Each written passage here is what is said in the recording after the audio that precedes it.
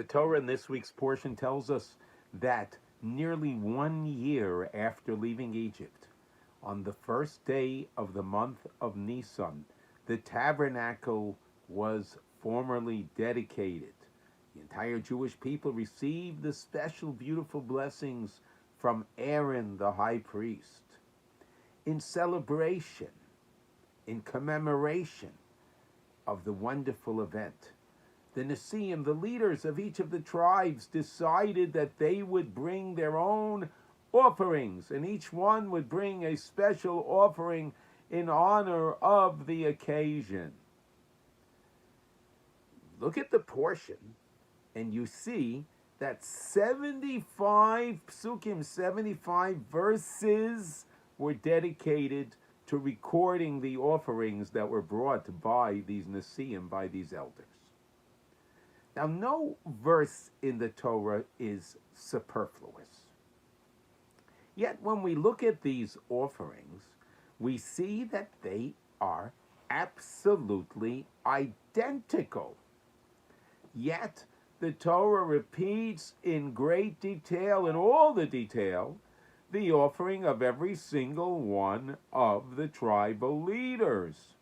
Now, the Torah could have just said, well, the tribal leader on the second day brought the same offering as the first day, and the third day as the second day and the first day. But the Torah specifically goes through the details of every single one of their offerings, even though they were absolutely, totally identical. And the Chofetz Chayim explains, based on a medrash, that the Nesiim, these elders, the heads of the tribes, they got together and they said, we're going to bring offerings, we're going to celebrate. But for the sake of shalom, for the sake of peace, let us all bring the same identical offering. God looked at this and God said, this is so beautiful, because you really want to show your recognition of the event. You really want to express your individuality, yet you all agreed to do the same for the sake of shalom, for the sake of peace. I love that. And I love that so much that I'm going to record your names and each and every one of your offerings completely. And that is 75 verses of the Torah. God says, you are ready to forego your honor, your desire for honor, for the sake of shalom. I love that. As a matter of fact, God showed us in the beginning of the portion, in the section called Sota, that is a woman who is suspected of possibly committing adultery. She has to drink a special potion, special water, and in the potion is a parchment scroll with God's name on it.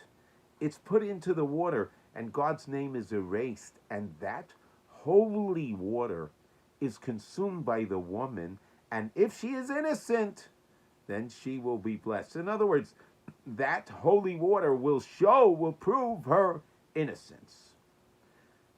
God says, for the sake of peace between husband and wife, I'm ready to forego my honor, my name. No, Jewish people don't say God's name in vain. I'm ready to have my name erased for the sake of shalom. God says to all of us, when you can forego your desires for the sake of shalom, I love that. So, all of us, let's think of ways when we really want something to happen, but if we hold back, it'll bring peace and calmness. Let us know that God will look at us and say, I love you, and I love what you're doing for the sake of shalom. Have a peaceful and beautiful Shabbos. Shabbat Shalom.